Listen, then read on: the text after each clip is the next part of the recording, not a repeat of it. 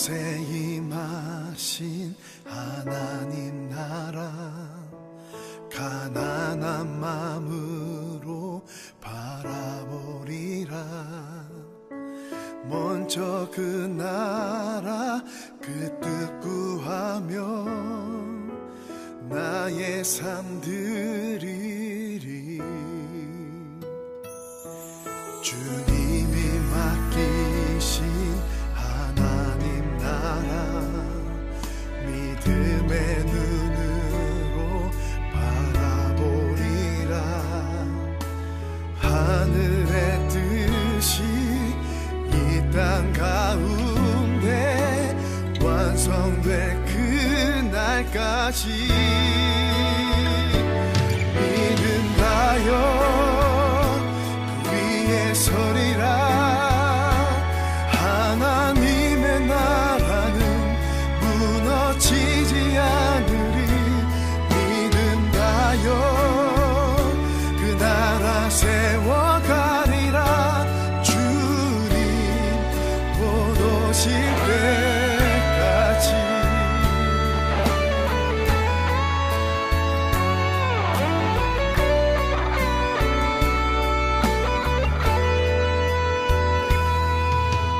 이곳에 임하신 하나님 나라, 가난한 마음으로 바라보리라. 먼저 그 나라 그 뜻 구하며 나의 삶 드리리. 주님이 맡기신 하나님 나라, 믿음의 눈으로 바라보리라. 하늘의 뜻이 이 땅 가운데 완성될 그날까지 믿음하여 그 위에 서리라. 하나님의 나라는 무너지지 않으리. 믿음하여 그 나라 세워가리라. 주님 곧 오실 때까지 믿음하여 그 위에 서리라. 하나님의 나라는 무너지지 않으리. 믿음하여 그 나라 세워가리라. 주님 곧 오실 때까지 믿음하여 그 나라 세워가리라. 주님 곧 오실 때까지.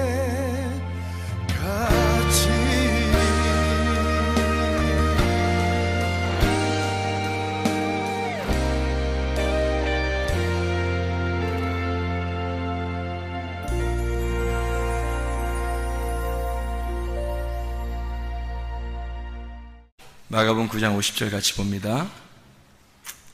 소금은 좋은 것이로되 만일 소금이 그 맛을 잃으면 무엇으로 이를 짜게 하리요. 너희 속에 소금을 두고 서로 화목하라 하시니라. 아멘. 이 소금이라고 하는 게 뭘까? 이 소금이라고 하는 게 소금을 두고 서로 화목하라겠으니까 소금 두고 화목해야 되겠죠. 그러니까 소금 뿌리면 안 되고, 사람한테 소금 뿌리면 우리나라에서는 좀 안 좋은 의미가 되는데, 소금을 뿌리면 안 되고, 그 골로새 4장 6절의 말씀에서도 이런 말씀이 있어요. 너희 말을 항상 은혜 가운데서 소금으로 맛을 냄과 같이 하라. 그리하면 각 사람에게 마땅히 대답할 것을 알리라. 이렇게 나와 있어요. 너희 말을 항상 은혜 가운데서 소금으로 맛을 냄과 같이 하라. 그러니까 말하고 소금하고 좀 같이 나오는 걸 볼 수가 있죠. 말하고 소금하고 같이. 그러니까 여기서 소금을 두고 서로 화목하라 그렇게 말하는 걸 봐서 복음, 그러니까 말은 말인데 기쁜 소식, 그러니까 기쁜 소식 되시는 예수님, 그러니까 소금이라고 하는 게, 소금은 그러니까 억지로 뭐 이렇게 어색하게 하라는 게 아니에요. 어색하게 소금 뭐 갖다가 서로 화목하라, 그렇게 어색한다는 게 아니고 자연스러운 겁니다. 왜 그 자연스러운 거냐면, 성경에 보면 제사가 나오거든요. 제사가 레위기서 1장부터 5장까지 사이에 제사가 5개가 나와요. 번제, 소제, 화목제, 속죄제, 속건제, 이렇게 5개가 제사가 나오는데, 그 중에 곡식을 드리는 제사가 나와요. 이 곡식 드리는 제사가 레위기서 2장에 나오거든요. 레위기서 2장에 보면 곡식 드리는 제사에는 꼭 소금을 쳐라, 그렇게 말해요. 그러니까 곡식이 들어가니까 소금이 들어가야 된다? 이건 자연스러운 거라는 거죠. 왜냐면 그냥 곡식만 이렇게 하나님께 드리는 게 아니라 소금을 꼭 이렇게 쳐서 함께 드려야 된다. 그건 자연스러운 일이었다는 거죠. 예를 들자면 우리가 빵을 만들어요. 빵을 만들 때 소금을 넣는다는 것은 자연스러운 일이거든요. 소금을 넣어야지 이게 간이 배기지, 간이 없으면 안 되잖아요. 그래서 소금을 맛을 내는 거거든요. 그러니까 맛을 낼 때 사용하는 거예요. 그래서 곡식을 제사 드릴 때는 소금이 꼭 들어가야 된다. 레위기서 2장 13절 말씀에 나와 있는 말씀입니다. 자, 그래서 우리가 이게 왜 자연스러움이라고 이야기하냐면, 이거를 왜 자연스러움이라고 얘기를 하냐면요, 이 복음이라고 하는 게 이 소금이라고 하는 거 있잖아요. 이게 말씀인데 그냥 말씀이 아니고 이게 올바른 말씀, 그러니까 그냥 말씀이 아니라 바른 말씀, 바른 교훈, 바른 말씀, 이것을 표현할 때 소금이라고 이렇게 얘기할 수가 있다는 거죠. 그러니까 그냥 말씀이 아니라 소금을 두고 서로 화목하라는 말은 그냥 아무렇게나 말하면 서로 뭐 화목한다, 그런 말이 아니라 복음이라고 하는 좋은 말씀, 바른 말씀을 갖다가 서로 증거해서 그 바른 말씀으로 한 마음이 될 때만 그때 서로 화목하게 될 수 있으니까, 하나님 안에서 화목한 것을 얘기하는 거니까 소금을 두고 화목하라, 그렇게 이야기를 하는 거죠. 그래서 소금이라고 하는 게 자연스러움이다. 왜? 하나님께 제사를 드릴 때는 곡식을 드릴 때는 꼭 소금을 쳐야 된다라는 것을 이야기했듯이, 하나님도 소금이라는 게 자연스럽게 들어가야 된다는 것을 이야기하는 거죠. 이렇게 자연스럽게 예배를 드릴 때 소금이 들어가야 된다라고 하는 게 억지가 아니라는 거예요. 억지가 아니니까 우리는 이게 어색하고 뭐 힘들고 어렵고 그런 말씀들이 아니라는 거죠. 그러니까 말씀이, 복음의 말씀이 사실 우리에게는 훨씬 그걸 알려고 하는 사람, 간절한 마음을 가진 사람에게는 굉장히 자연스러운 말씀이라는 거죠. 그러니까 상식적으로 이게 통하는 말씀이라는 거예요. 비상식적인 게 아니죠. 하나님은 이 자연을 우리에게 다 주시고 이걸 비상식적으로 주신 게 아니라 상식적으로 주셨어요. 그래서 우리가 상식이 통하는 세상에서 살고 있다고. 우리가 이 자연을 보면 자연스러움, 그래서 자연스럽다 할 때 자연이란 말이에요. 그래서 사람이 자연스러운 거예요. 소금이 있다고 하는 건 자연스러움입니다. 하나님의 복음이라고 하는 건요, 우리 인간들이 하나님을 바라보려고 하는 사람들은 자연스러운 거예요. 근데 하나님 바라보려고 하지 않은 사람들은 그게 어색한 거예요. 억지가 되는 거죠. 근데 하나님 바라보려고 하는 사람은 자연스러움이 된다. 그 곡식으로 예배를 드린 사람이 있어요. 누굴까요? 가인입니다. 가인이 곡식으로 예배를 드렸어요. 하나님 받아줬어요? 안 받아줬어요? 안 받아줬어요. 아벨이 드린 거는 받았어요? 안 받아줬어요? 받아줬어요. 아벨이 드린 거는 받아줬고 가인이 드린 건 안 받아줬어요. 왜 안 받아줬을까? 가인이 드린 걸? 소금이 안 들어가서 그런 거예요. 소금이. 그러니까 하나님은 원래부터 이 소금이라고 하는 것을, 원래는 하나님은 소금을 넣고 하나님 앞에 드리기를 원했던 거예요. 그러니까 소금이 없이 곡식을 드린 거예요. 그게 이제 우리가 어떻게 그걸 알 수 있냐? 뭘 어떻게 알아요? 레위기 2장 13절에 보면 나오는 거지. 레위기 2장 13절에 보면 그 어린 양을 드릴 때는, 이 어린 양을 드릴 때는 그 피가 같이 드려야 되고요. 곡식을 드릴 때는 소금을 같이 드려야 되는 거예요. 그게 자연스러움이라는 거예요. 하나님의 입장에서는 자연스러운 걸 받는 거예요. 그죠? 아벨은 자연스럽게 어린 양을 드릴 때 피를 드린 거고, 함께. 곡식을 드리는 가인에게서는 자연스러운 게 뭐예요? 소금을 같이 드려야 되는 거예요. 그래야 하나님이 받아주시는 걸. 레위기상 13절에 나와 있는 얘기니까, 그러니까 아는 거지. 성경에서 써놓은 거니까 아는 거죠. 뭐 사람이 얘기하는 거 아니잖아요, 우리가. 그냥 추측을 하는 거 아니잖아요. 성경에 써 있으니까 그걸 아는 거란 말이에요. 그 아담이라고 하는 사람이 원래 농사 졌어요, 안 졌어요? 농사 졌어요. 근데 에덴 동산에서 농사 졌는데 농사를 져본 적이 있어요, 없어요? 성경, 그 창세기 2장에 아담이 만들어지거든요. 창세기 2장에. 그리고서 2장에 아담을 왜 만들었다고 나와요? 창세기 2장 5절에. 농사하게 하려고 아담을 만들었다는 거예요. 농사라는 게 아바드고, 그게 아바드가 예배 드린다는 거거든요. 그러니까 예배 드리려고 아담을 만들었는 거예요. 그러면 창세기 2장에 아담이 예배 드려본 적이 있나요? 농사를 지어본 적이 있나요? 아무것도 안 맞는 거예요. 그러면 그래서 이게 아무것도 안 하고 가만히 있으니까 하나님이 하와를 만들어서 선악과를 먹으라는 거예요. 그러면은 하와를 만들어서 기껏 너를 도와줄 거야 그러면서 돕는 배필을 만들어서 너를 도와줄 거야 해서 만들어 놨더니 기껏 선악과를 먹게 만들어요. 그러면 거기서 2장과 3장에서 아담이 농사를 지은 것이 있냐고요? 없어요. 농사 짓는 게 뭐였냐면 선악과 따먹는 게 농사 짓는 거였어요. 그러니까 누구를 통해서 선악과를 먹은 거예요? 하와를 통해서, 자기 아내를 통해서 선악과를 먹은 게 그에게는 농사고 그게 예배였단 말이에요. 그러니까 예배를 드렸는데 그게 뭘 먹었다고요? 선악과를 먹었다고요. 그러니까 예배를 드리는데 뭘 먹어야 되냐면 생명나무를 먹어야 되는 거거든요. 생명나무를 먹어야 되는데 예배가 잘못된 거란 말이죠. 그러니까 아담과 하와가 예배가 잘못된 거예요. 선악과 먹은 거니까. 생명나무를 먹어야 되는데 선악과를 먹어버렸잖아요. 그러니까 잘못된 거라고. 근데 하나님은 그 잘못된 아담과 하와를 위해서 주님이 오셔가지고 그 대신 그 쓴물을 빨아들이고 자기가 죽으시고, 그리고 그들에게 단물로 주시려고, 구원을 주시려고 하는 하나님의 계획이니까 그들을 용납한 거예요. 받아들인 거라는 거죠. 예배는 실패한 거예요. 아담과 하와가 창세기 3장에 예배가 실패한 거예요.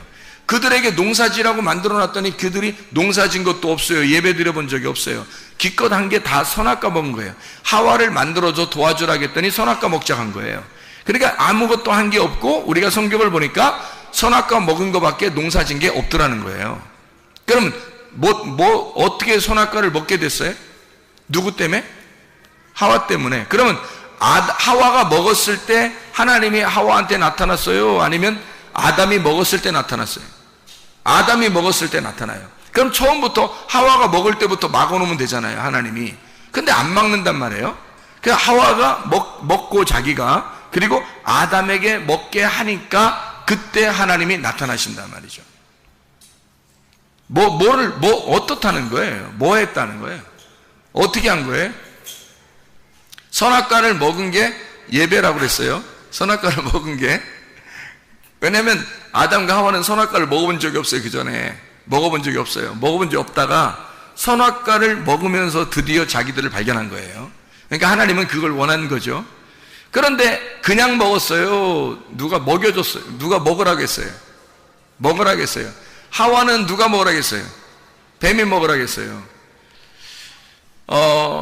뱀은 어떻게 보면 어디에 갑자기 어디서 나타난 거예요? 땅에서 갑자기 어디서 나타났어요, 그죠? 어디에 있던 거예요, 뱀이? 선악과를 먹으라고 선악과를 쳐다보면서 얘기해 준 뱀이에요. 그러면 선악과는 어디에 있었던 거예요? 선악과는 창세기 2장에 보면 어디에 있어요? 어디 중앙에 있다 그러잖아요. 어디 중앙? 에덴 동산 중앙에 있는 거죠. 에덴 동산 중앙에 선악과가 있었는데 그 선악과를 먹으라고 뱀이 선악과 밑에서 나타난 거예요. 그러면 뱀은 어디에 있었던 거예요? 예, 에덴 동산이라는 성전에 선악과에 같이 있었던 거죠. 뱀이. 그렇죠? 예. 그러니까 우리가 그 뱀이라고 하는 걸 너무 이렇게 악하게만 보지 말라겠어요. 뱀이 뭔가 우리에게 가르쳐 주는 게 있다 그랬어요. 그래서 뱀을 나하시라고 그래요. 가르치는 자입니다. 가르치는 자. 뱀은 슬기로우면서 가르치는 자예요. 우리에게 뱀을 통해서 우리에게 가르쳐 주려고 했던 거예요. 하와에게 뱀이, 하와가 몰랐으니까, 하와가 그 하나님에 대한 약속을 몰랐으니까 뱀이 와서 가르쳐 주는 거예요. 그래서 하와가 먹게 된 거고, 그가 아담에게 이제 먹게 해준 거거든요. 그러면 결국 아담이 먹게 된 건 누구 때문에 먹었냐면 하와 때문에 먹은 거예요. 하와는 뱀 때문에 먹었지만 결국 하와가 먹었을 때는 하나님이 나타나지도 않았어요. 그건 죄 취급도 안 했어. 하와하고 얘기한 게 아니거든. 하나님은 아담하고 얘기했었거든요. 처음에 약속을 아담하고 했으니까 하와가 먹었을 때는 나타나지도 않아요. 근데 아담이 먹었을 때는 약속을 어긴 거니까, 그러니까 아담이 먹었을 때는 나타났죠. 자, 보세요. 아담이 먹은 것은 누구 때문에 먹었어요? 하와 때문에. 하와 때문에 먹었다고 하는 것은 지금 아담이 선악과를 먹어야 한다는 것은 성경에서 정해진 거란 말이에요. 성경에서 창세기서에 선악과를 먹은 것이 정해져야 요한계시록의 생명나무를 먹게 돼 있어요. 그리스도를. 그래서 선악과를 먹는 것이 정해진 하나님의 그 순서였단 말이에요. 하나님의 계획, 질서인데 그 선악과를 먹어야 되는데 그 먹는 것이 하나님의 계획이었다면 선악과를 먹는 게 아담으로서는 최고의 일이란 말이에요.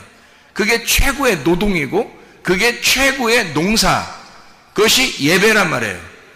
그러니까 선악과를 먹는 게 예배인데 누가 도와줘요? 하와가. 그러니까 선악과를 하와가 먹도록 도와주니까 아담 입장에서는 지금 누구를 통해서 먹은 거예요? 하와를 통해서 먹은 거니까 아담은 하와를 농사진 거죠. 아담은 하와를 농사지어서 결국 선악과를 먹어 예배가 실패가 된 겁니다. 자, 이 말은 무슨 말이냐면요, 거기에 이 선악과를 먹으면 생명나무를 나중에 먹게 돼요. 그래서 그 생명나무를 먹게 됨으로써 선악과를 먹었음을 나중에 결론적으로 알려주는 내용이 성경이에요. 근데 이 선악과를 먹었을 때는 실패가 돼야지 이게 성공이 돼버리면 생명나무가 필요 없단 말이에요. 그러니까 이 선악과를 먹은 것이 예배 실패라고요. 노동의 실패, 농사의 실패라고, 선악과 먹은 게. 그러니까 아담과 하와는 실패한 겁니다. 그래서 창세기 3장을 통해서 실패하고 하나님은 생명나무를 준비해 놓는 겁니다. 그렇죠? 그러니까 이 아담은 하와를 통해서 하와를 갈아서 선악과를 먹는 예배를 드린 거고, 가인이라고 하는 사람은 누구를 통해서 예배를 드린 것일까? 누구를 통해서? 가인이란 사람이 그냥 곡식을 하나님 앞에 드렸더니 안 받는 거예요. 하나님에 안 받아요. 그러면 곡식에 뭐가 들어가야 된다는 거예요? 곡식에 뭐가 들어가야 된다고요? 소금이 들어가야 된다고. 어린 양에는 뭐가 있으니까 하나님 받는 거예요? 피가 있으니까 받는 거예요. 피와 기름이. 그러니까 어린 양에는 피와 기름이 있으니까 받은 거고, 곡식 안에는 소금이 있어야 받는 거예요. 그러니까 이 곡식에 소금이 없으니까 이 가인이라고 하는 사람이 지금 원래 이 소금이라고 하는 걸 드리려면 누구를 지금 농사해야 되냐면, 가인의 입장에서는 아벨을 농사해서 하나님 앞에 예배를 드려야 된단 말이에요.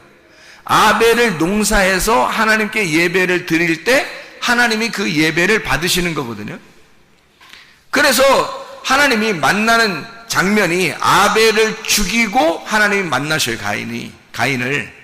그러니까 가인이 그냥 농사 짓고 하나님 앞에 드렸을 때는 하나님이 만나질 않아요. 근데 가인이 아벨을 죽이고 나니까 하나님께서 나타나십니다. 자, 아벨을 죽이니까 하나님이 나타났어요. 자, 왜 나타난 거죠? 왜 나타났어요? 어떻게 해서 나타났다고 거기 나와요? 누구의 핏소리가 들린다? 아벨의 핏소리가 들린다. 어디에서? 땅 속에서. 땅 속에 피가 들어갔다는 거예요. 너는 지금 땅에 농사를 지었잖아요. 농사를 지어가지고 하나님 앞에 이걸 드렸는데 하나님이 이건 안 받는단 말이에요. 근데 아벨을 죽이고 나니까 아벨의 피가 땅 속에 들어가 있다는 거죠. 그래서 땅 속에 들어있는 아벨의 피를 하나님의 소리를 듣고 하나님이 나타나서 가인을 부르시는 거예요. 그러면 땅이라고 하는 건 뭐가 있을 때 속죄가 일어난다? 피가 있을 때 이 땅에 속죄가 일어난다. 예수님이 십자가 못 박혀 돌아가실 때 피를 흘리셔서 어디로 떨어졌겠어요? 땅에 떨어진 거죠. 땅에 떨어져 땅을 정결케 하는 거란 말이에요. 땅이 누군데? 나니까 내 속에 예수의 피로 인하여 정결케 된다는 것을 이야기하는 거죠. 그러면 곡식에는 뭐가 들어가 있어야 된다고요? 땅은 피가 있어야 되고 어린 양에는 피가 있어야 되고 곡식에는 뭐가 들어있어야 된다고? 거기다 피 발라? 곡식에다 피 발라서 하나님 앞에 드리라는 거예요? 성경에? 아니잖아요. 곡식을 드릴 때 하나님이 제가 그랬잖아, 자연스러워진다고. 자연스러워야지 곡식을 갖다 하나님 앞에 드리면서 피를 갖다 뿌리고 드리면 좋겠냐, 하나님이. 징그럽다 그러지. 자연스러워야지. 동물에는 피가 있는 거지만 곡식에는 소금이 있어야 된다는 말이에요. 그래서 하나님께 드릴 때, 곡식을 드릴 때는 자연스러운 곡식이 드릴 때 소금이 들어가야 하나님이 받는 거예요. 어린 양에 피가 있어서 그 피를 받는 것처럼 곡식에 소금이 있어야 소금을 받는 거라고요, 하나님이. 그러니까 곡식에는 상식적으로 비상식적이 아닙니다. 하나님은 자연스러운 거예요. 곡식 안에는 소금이 들어있어야 된다는 거예요. 그거를 하나님이 보시고 받아야 된다는 거죠. 그러니까 가인은 아벨을 농사져서 뭘 깨달았어야 되는 거예요. 아, 땅 속에는 피가 묻히는구나. 이게 피가 그 속에서 소리를 질러서 나오는구나. 그 복음을 소개해 주는 거구나. 그러면 그 아벨을 죽임으로써 뭘 깨달은 거예요? 복음을 깨달은 거죠. 그래서 곡식을 내가 드린 게 잘못 드렸구나. 이게 곡식 드린 게 아니라 어린 양을 들여서 피를 하나님 앞에 드리면 받았을 것이고, 내가 곡식을 차마 농사를 지어서 곡식을 드리는 거였다면 소금을 쳐서 드렸어야 되는 거구나 라는 걸 깨달은 거죠. 아벨을 죽이고 나서야 깨닫게 된 거라는 거죠. 자, 제가 이거를 왜 소금을 두고 서로 화목하라, 이 말은 복음이라고 하는 말씀, 이것이 우리에게는 자연스러움이고 이건 상식적이다 라고 제가 얘기를 했냐면, 양심에 대한 이야기를 하려고 그래서 그런 거예요. 양심 있냐 이런 말 하죠. 사람들이 뭔 얘기를 하다가 보면 너 양심 있냐 그 말 하죠. 저거 양심도 없어 이런 말 하고요. 너 진짜 양심 있냐 그런 말 하잖아요. 그래서 그 양심이라고 하는 게 양심이라고 하는 거는 그냥 다 가지고 있는 거예요. 누구나 다 가질 수 있는 건데, 가질 수 있지만 실제로는 누가 가지고 있는 게 하나님께서 말하는 성경에 있는 양심일까? 그 양심을 한번 찾아보려고 그러는 거예요. 양심 있냐 할 때 여러분 이거를 비상식적이라고 그래요. 양심 있냐 그럴 때 상식적인 걸 얘기해요. 상식적인 걸 얘기하는 거예요. 너 양심 있냐 그럴 때는 야, 보편적으로 상식적으로 이렇게 하는 거야 라고 얘기할 때 너 양심 있냐 그렇게 하지, 이 전 지구상에 한 명만 하는 걸 갖다가 너 양심 있냐 그렇게 말하면 안 되는 거지. 전 지구상에 아무도 그렇게 하는 사람 없는데 한 명만 딱 그래. 그럼 그걸 양심적이라고 말할 수는 없는 거죠. 모든 사람이 똑같이 생각하고 있는 거를 양심이라 그러는 거죠. 상식적이라는 얘기예요. 그 말은 자연스럽고 상식적이라는 얘기입니다. 하나님은 우리에게 비상식적인 분이 아니십니다. 무질서한 하나님이 아니십니다. 하나님은 완전히 자유하시고 자연스러우신 분이에요. 그래서 우리에게 억지로 어색하게 하나님을 섬기고 어색하게 이렇게 하라고 하지 않어요. 그건 율법이에요. 그건 너희들이 스스로 만든 율법이고 거기에 너희가 갇혀 있는 거지. 그 안에서 뭘 발견해야 되냐면 양심을 발견해야 된다는 것입니다. 제가 율법 안에서 양심을 발견해서 여러분에게 내가 발견한 양심을 소개하고 싶은 거예요. 그건 상식입니다. 하나님을 만나는 사람들에게 아주 상식적인 거예요. 자연스럽고. 그래서 그 양심에 대한 이야기를 여러분에게 성경 몇 가지만 한번 찾고 같이 나누려고 하겠습니다. 요한복음 8장 9절 말씀이에요. 요한복음 8장 9절 말씀. 요한복음 8장은 가늠한 여인에 대한 이야기가 쭉 나오거든요. 거기에 8장 9절에 이렇게 나와 있습니다. 그들이 이 말씀을 듣고 양심의 가책을 느껴 어른으로 시작하여 젊은이까지 하나씩 하나씩 나가고 오직 예수와 그 가운데 섰는 여자만 남았더라. 양심이 발동된 겁니다. 양심이, 이 사람들은 지금 다 성경을 아는 사람들이에요, 모르는 사람들이에요? 성경을 아는 사람들이에요. 성경을 아는 사람들이니까 양심이 발동된 거예요. 그죠? 성경을 모르는 사람은 양심도 없을 수도 있어요. 성경에서 말하는 양심은 성경을 아는 사람에게 일어나는 겁니다. 성경을 아는 사람에게 있는 게 양심이에요. 성경도 모르는 사람, 교회도 안 다니는 사람, 성경도 모르는 사람인데 양심이 어디 있어요, 그 사람들에게? 근데 성경을 아는 사람에게는 우리 일반적인 양심이 아니라, 일반적인 양심 모든 사람이 가지고 있지만 성경의 양심은 교회 다니는 사람들에게만, 말씀을 듣는 사람들에게만 있는 거라는 거죠. 이 성경의 양심은, 성경의 양심을 깨달으니까 자기의 발등을 찍는 거예요. 다른 사람을 죽일 수가 없는 거예요. 자기 양심이 발동됐단 말이에요. 그리고 돌아간 거예요.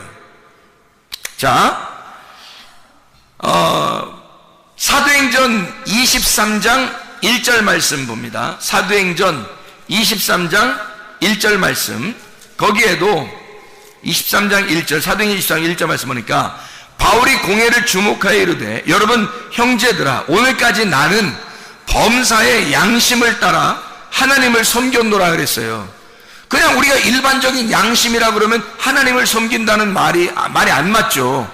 양심이라는 말하고 하나님을 섬긴다는 말하고 같이 놨잖아요. 그러면 양심을 통해서 하나님을 섬겼다는 거예요. 그러면 하나님을 섬기는 것이 양심이 들어가야 섬긴다는 얘기예요. 그렇죠? 양심이 들어가야 하나님을 섬길 수 있다는 거예요. 그러면 성경의 양심은 다르다는 것이죠. 세상 일반적인 양심이 아니라는 거예요. 제가 몇 가지만 또 한번 찾아보면 많이 안 찾을 테니까 성경 몇 가지만, 24장 16절, 사도행전 24장 16절 말씀, 이것으로 말미암아 나도 하나님과 사람에 대하여 항상 양심의 거리낌이 없기를 힘쓰나이다, 이렇게 이야기를 했죠.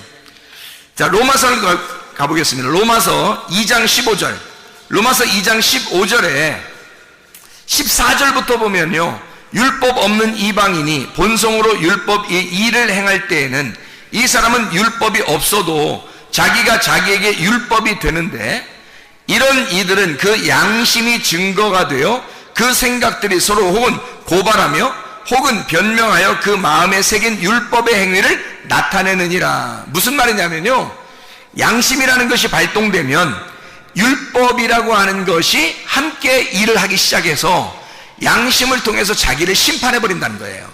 양심이. 그러니까 일반적인 교회 안 다니는 사람도 양심이란 일반적인 양심은 있어요. 누가 준 거예요, 다 그게? 양심이? 하나님이 주신 거예요.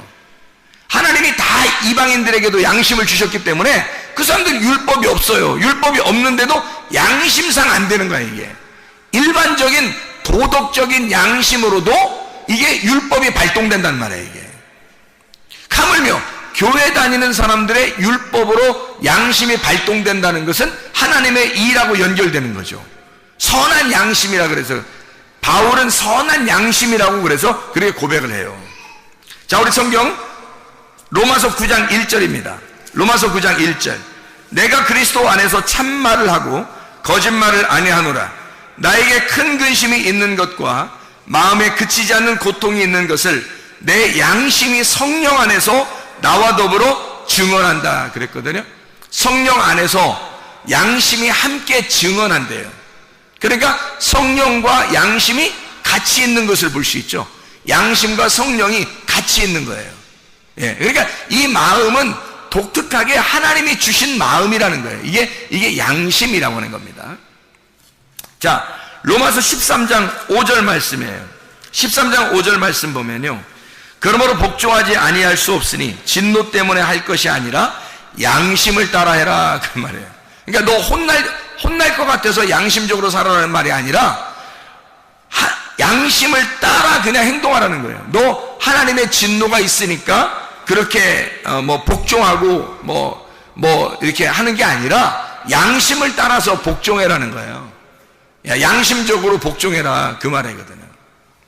자, 이제 슬슬 이게 양심이 좀 가까워지고 있습니다.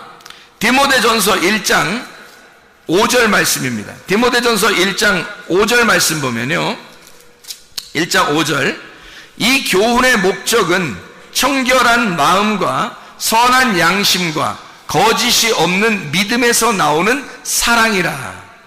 이 교훈, 이게 바른 교훈인데요, 말씀의 바른 교훈, 복음이라 그랬죠.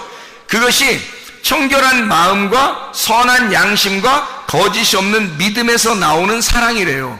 그러니까 소금이라고 하는 것은 아주 자연스럽다 그랬죠. 소금은 자연스러움을 얘기하는 거예요. 소금을 맛을 이렇게 딱 이렇게 집어넣잖아요. 그러면 소금은 온데간데 없어요. 그 소금이 어디로 들어가 있어요? 예, 배추나 이런 거 절일 때 소금을 갖다 이렇게 집어넣잖아요. 그러면 배추 절일 때 소금 집어넣어 어느 날 소금을 찾으면 소금이 있어요, 없어요? 못 찾죠. 뭐만 있어요? 배추만 있어요. 그 김치가 돼 있어요. 그러니까 이게 소금이 그 안에 들어가 있는 거예요.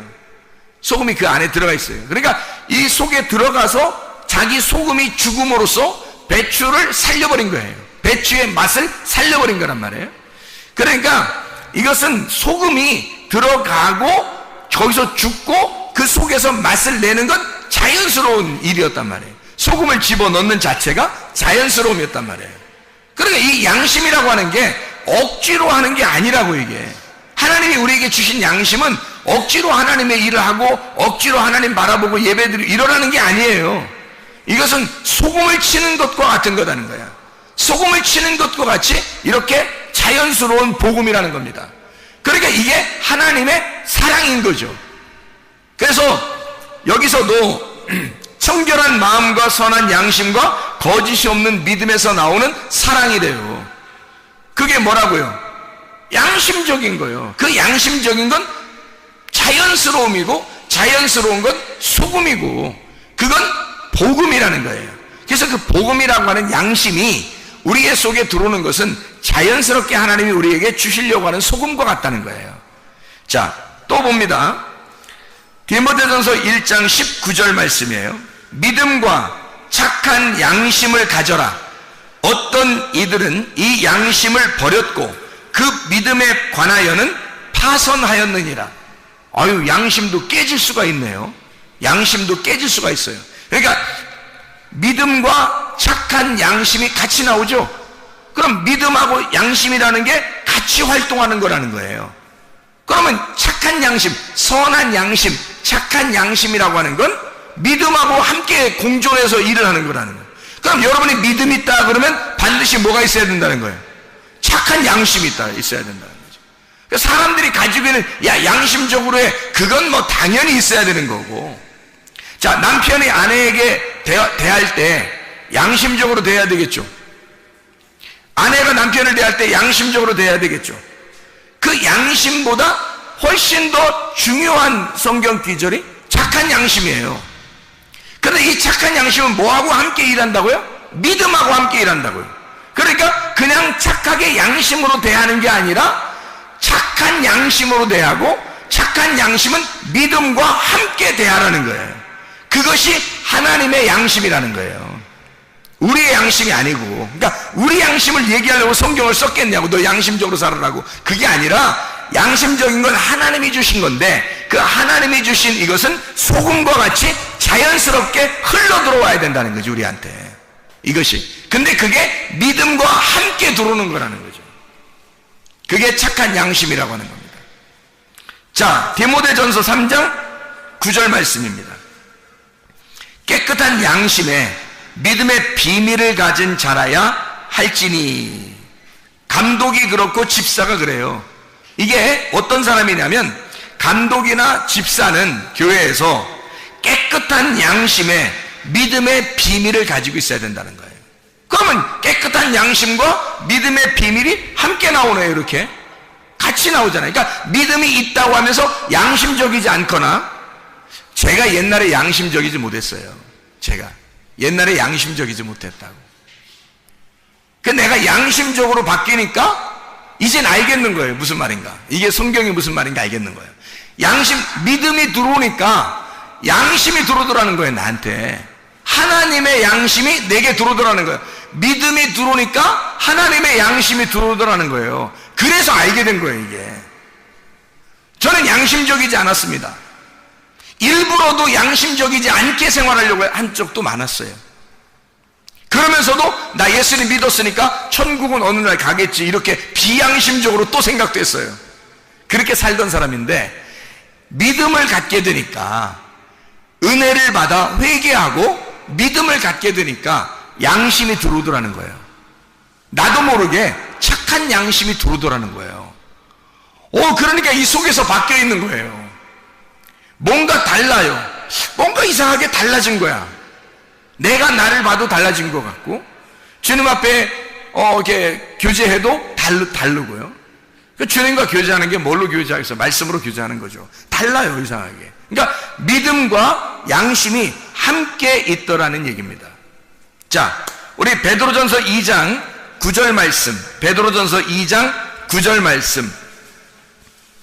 그러나 너희는 택하신 족속이요 왕같은 제사장들이요 거룩한 나라요 그의 소유된 백성이니 이는 너희를 어두운 데서 불러내어 그의 기이한 빛에 들어가게 하신 이의 아름다운 덕을 선포하게 하려 함이니라. 베드로전서 3장 16절 봅니다. 베드로전서 3장 16절. 선한 양심을 가져라. 이는 그리스도 안에 있는 너희의 선행을 욕하는 자들로 비방하는 일에 부끄러움을 당하게 하려 함이라. 선한 양심을 가지라. 너가 베드로전서 2장 9절에 너는 택하신 족속이고 왕같은 제사장들이고 거룩한 나라 하나님의 소유가 된 백성이니까 널 어두운 데서 불러낸 것은, 네가 그 기이한 빛에 들어간 것은 아름다운 덕을 선전하게 하려고, 너를 통해서 소금을 고르게 분배함으로써, 그 복음을 고르게 분배함으로써 화목시키려고 하는, 서로 하나가 되게 하려고 하는 너의 선한 양심으로, 그냥 사람들이 말하는 양심적이라는 도덕적인 그런 얘기가 아니라 진짜 하나님의 선한 양심으로 서로 소금을 뿌려서 함께 그 소금으로 화목하게 만드는 양심이 네 속에 들어와 하나님의 아름다운 덕을, 복음을 소개하고 선전하게 하려고 너를 어두운 데서 불러냈다는 겁니다. 그러니까 우리는 하나님의 선한 양심이 있어야 되는 거죠, 우리 속에. 그래서 베드로전서 3장 여기에 지금 16절에 선한 양심을 가져라 그렇게 말하는 거예요. 선한 양심, 분명히 선한 양심이 있다니까요. 제가 그걸 경험했어요. 제가 그걸 경험했다고. 선한 양심이 분명히 있다고요. 그래서 선한 양심이라고 하는 것을 제가 발견했기 때문에, 그걸 선한 양심을 경험했기 때문에 제가 이거를 부인할 수가 없는 거예요. 그래서 그걸 소개하는 겁니다, 여러분에게. 선한 양심을 가지라고. 여러분도 선한 양심을 가지셔야 합니다. 그냥 착한 일 해라, 착하게 좀 살아라, 이런 정도가 아니에요. 선한 양심을 가지셔야 된다는 겁니다. 베드로전서 3장 21절, 베드로전서 3장 21절 말씀. 물은 예수 그리스도께서 부활하심으로 말미암아 이제 너희를 구원하는 편이 곧 침례라. 이는 육체의 더러운 것을 제하여버림이 아니오 하나님을 향한 선한 양심의 간구이니라 그랬어요. 침례를 받는 거 있잖아요. 침례 받는 거, 할례 받는 거. 할례 받는 거 육체를 끊어버리는 거예요. 침례, 죽는 거잖아요, 우리가. 그러면 이것을 죽는 것과 부활하는 것이 동시에 있거든요. 그러니까 여기서는 말하기를 죽는 것은 소극적이고 부활한 것은 적극적인 거라는 거야. 자, 침례는 너를 육체의 더러운 것을 끊어버리는 것이 아니요, 뭐 하는 거다? 선한 양심을 따라가는 거다, 이렇게 말하는 거잖아요. 그러면 보세요. 너가 육체를 끊어버리려고 내가 이거 안 해야지, 이거 안 해야지, 내가 이걸 죽여야지, 내가 죽어야지, 아니 내가 이걸 하면 안 돼, 이렇게 안 돼 하면서 이렇게 하는 것은 소극적이라는 겁니다. 그거 침례를 받는 것은 그것이 아니라는 거예요. 다시 말하면 침례가 물론 우리의 육체를 끊어버리는 죽음을 얘기하죠. 당연히 그걸 얘기하죠. 얘기하는 것인데 더 적극적으로 이 성경은 그렇게 말씀하는 겁니다.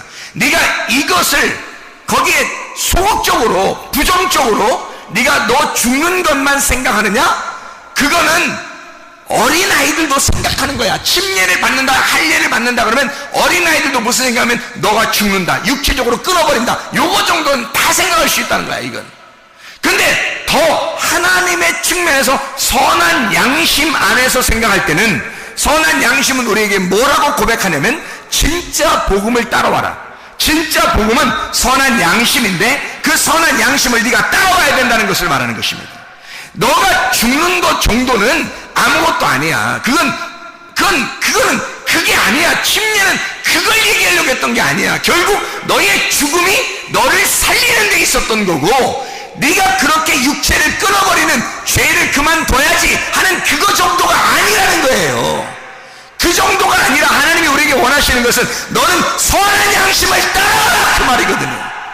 침례라고 하는, 적어도 주님이 말하는 침례라고 하는 것은 네가 너를 죽이고 내가 죄를 그만둬야지, 내가 이런 죄를 그만둬야지 라고 하는 그 정도가 아니라는 거예요. 그게 아니라 하나님의 선한 양심을 따라가는 것이다. 하나님의 선한 양심을 따라가는 것이다. 그러니 이 선한 양심이 얼마나 우리에게 중요한 거냐고요. 그래서 우리는 믿음이라고 하는 게요, 그냥 여기 지금 소금과 믿음, 복음과 믿음, 여기 지금 선한 양심과 믿음 다 같이 나오잖아요. 이게 무슨 말이냐면, 믿음이 생기면 선한 양심이 들어오는 거예요. 그러면 우리 속에서 우리도 모르는 사이에 내가 맛깔난다고요. 이상하게 자기 자신이 맛깔나니까 자부심이 생기는 거예요. 자존감. 나는 자존감이 그렇게 많이 있었던 사람이 아니에요. 나를 바라보니까 자존감이 그렇게 많이 있었던 사람이 아닌데, 하나님의 말씀을 통해서 복음이 들어오니까, 선한 양심이 나를 막 파고 들어오니까, 소금이 막 골고루 나에게 맛을 내고 맛깔나는 사람이 되니까 내가 나를 존중하게 되더라는 것입니다. 내가 나를 존중하니까 이런 범죄를 안 하는 것 정도는 우스운 거고, 하나님의 선한 양심을 따라가는 자가 되더라는 말이지. 이게 굉장한 것이더라는 거예요. 여러분도 이 하나님의 선한 양심을 만나셔야 되잖아. 믿음을 여러분 속에 가지셔야 되잖아. 그래서 선한 양심이 들어오셔야 되잖아. 그러니까 선한 양심이 뭔지를 우리가 깨달아. 이게 믿음이라는 거예요. 이게 믿음. 이게 믿음. 그러니까 그 선한 양심이 들어와야 변함없이 나를 끌고 나가는 거예요. 어느 날 하루 하는 게 아니라 계속해서 하는 게 피스피스라고 하는 믿음이에요. 그래서 성경을 믿음이라고 하는 게 뭐냐? 믿음이라는 게, 믿음, 그러면 믿음이 뭐지? 막연하게 이게 소망의 예수님입니다. 소망의 예수님이 믿음이에요. 잘 생각해봐요. 히브리서 11장에 보면요, 히브리서 11장 1절부터 4절에 보면, 믿음은 바라는 것들의 실상이요 보지 못하는 것들의 증거다 그랬잖아요. 그러면 바라는 것과 보지 못하는 것은 다 뭐예요? 안 보이는 거잖아요. 안 보이는 거니까 여기 지금 현실로 내가 보이는 게 아니잖아요. 보이는 게 아니, 믿음이라는 건 보이는 게 아니라는 거야. 안 보이는 거라는 거야. 그럼 뭐예요? 안 보이는 거니까 소망이죠. 안 보이는 거니까. 자, 그러면 우리가 이것을 한번 찾아볼까요? 로마서 한번 8장을 한번 찾아봐요. 로마서 8장 세 가지만 한번 찾아봅시다. 로마서 8장 24절 말씀입니다. 자, 잘 들어봐요. 로마서 8장 24절. 우리가 소망으로 구원을 얻었음에 보이는 소망이 아니니 보는 것을 누가 바라리요? 생각해 보세요. 뭘로 구원받다고? 우리가 소망으로 구원받다고. 여러분, 소망이 없으면 믿음 없는 거예요. 믿음으로 우리는 구원받아야 되잖아요. 그렇죠? 믿음으로 구원받잖아. 우리가 너희가 그 은혜를 인하여 믿음으로 말미암아 구원 얻었나니, 에베소 2장 8, 9절의 말씀이죠. 그런데 여기는 지금 소망으로 구원 얻는다는 거잖아요. 보이는 것이 아니라 바라는 것을 보는 것을 누가 바라려고 그러잖아요. 안 보이니까 바라는 거예요. 안 보이니까 바라는 그것이 믿음이고, 그 믿음, 소망이라고 하는 믿음이라는 소망이 나를 구원했다는 거잖아요. 자, 생각해 보세요. 로마서 12장 12절. 로마서 12장 12절. 소망 중에 즐거워하며 환난 중에 참으며 기도에 항상 힘쓰며. 소망 바꿔서 믿음. 바라는 보이지 않는 것들, 그 믿음이라는 보이지 않는 거, 이 소망이란 말이에요. 로마서 15장 4절 말씀. 무엇이든지 전에 기록된 바는 우리의 교훈을 위하여 기록된 것이니 우리로 하여금 인내로 또는 성경의 위로로 소망을 가지게 함이니라. 아니 우리 믿음을 가져야 천국 가잖아요. 영혼의 구원 받잖아. 베드로전서 1장 9절에 믿음으로 너희의 영혼의 구원을 받는 거잖아요. 그런데요, 여기서는 소망을 가지게 하려 합니다. 성경의 위로로 소망을 가지게 하려 합니다. 소망을 갖게 하려고 우리를 부르신대요. 소망을 갖게 하려고. 그 믿음이거든요. 하나만 더 찾아요. 로마서 15장 13절 말씀. 소망의 하나님이 모든 기쁨과 평강을 믿음 안에서, 이러잖아요.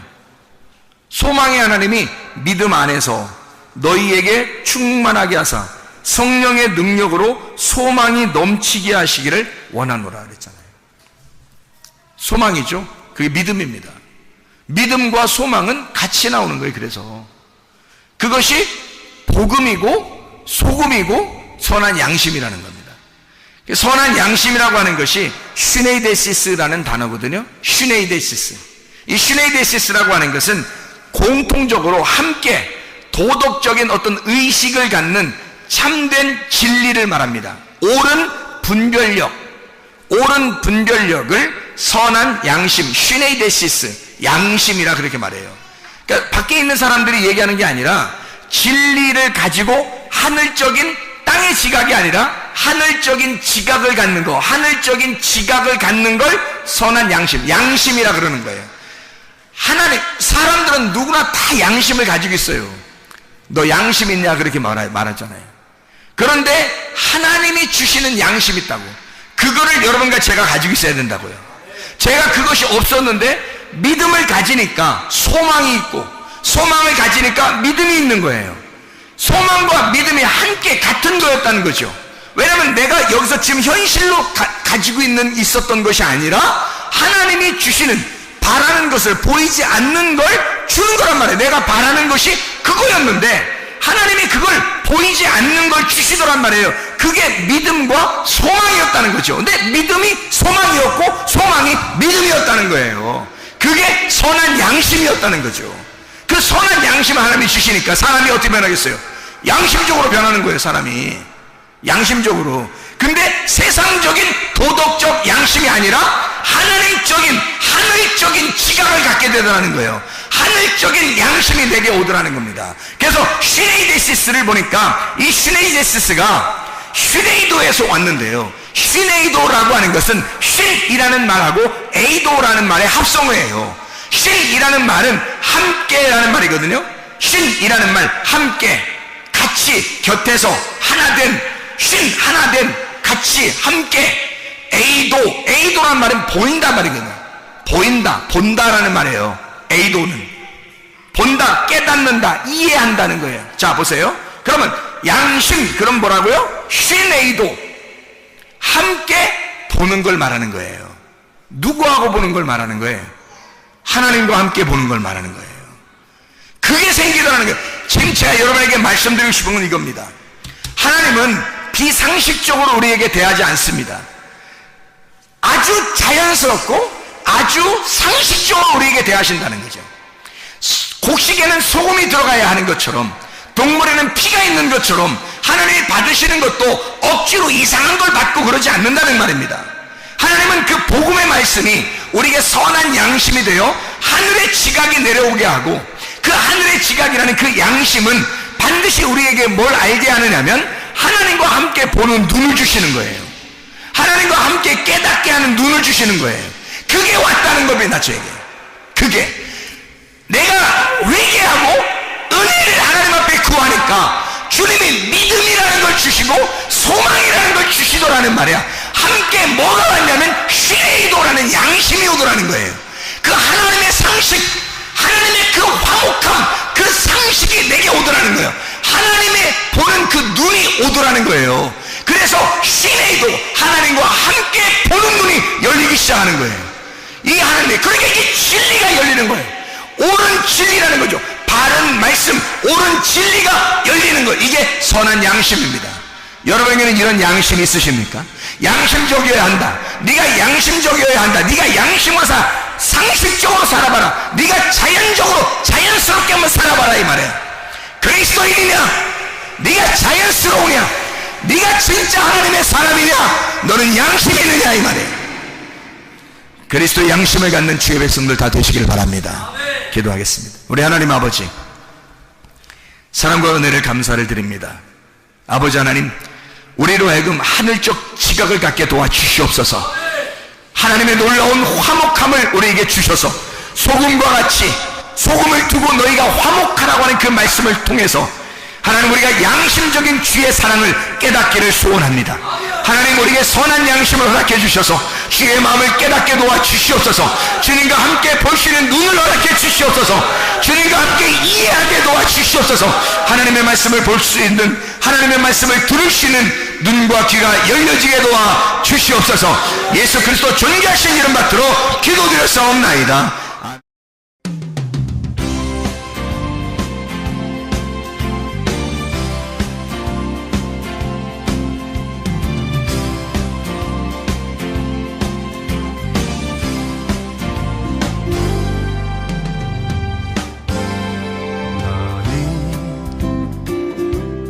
너머로 뻗은 나무 가지에 푸른 열매처럼 하나님의 귀한 축복이 삶에 가득히 넘쳐날 거야.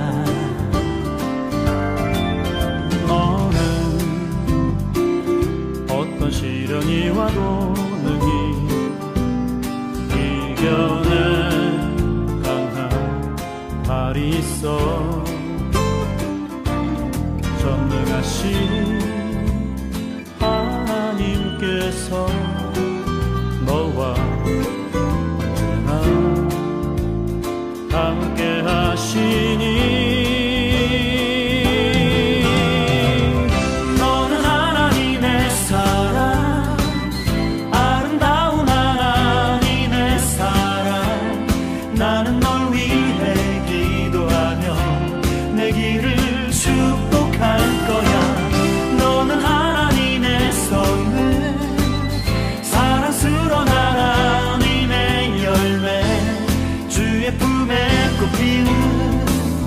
나무가 되어줘.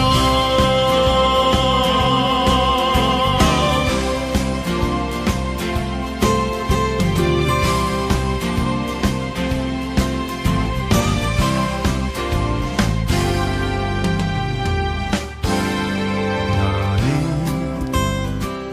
담장 너머로 뻗은 나무 가지에 푸른 열매처럼 하나님의 귀한 축복이 삶에 가득히 넘쳐날 거야. 너는 어떤 시련이 와도 능히 이겨낼 강한 발이 있어.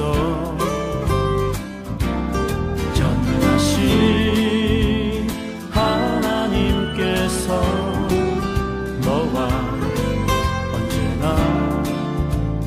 함께 하시니 너는 하나님의 사랑, 아름다운 하나님의 사랑. 나는 널 위해 기도하며 내 길을 축복할 거야. 너는 하나님의 선물, 사랑스러운 하나님의 열매, 주의 품에 꽃피는 나무가 되어줘.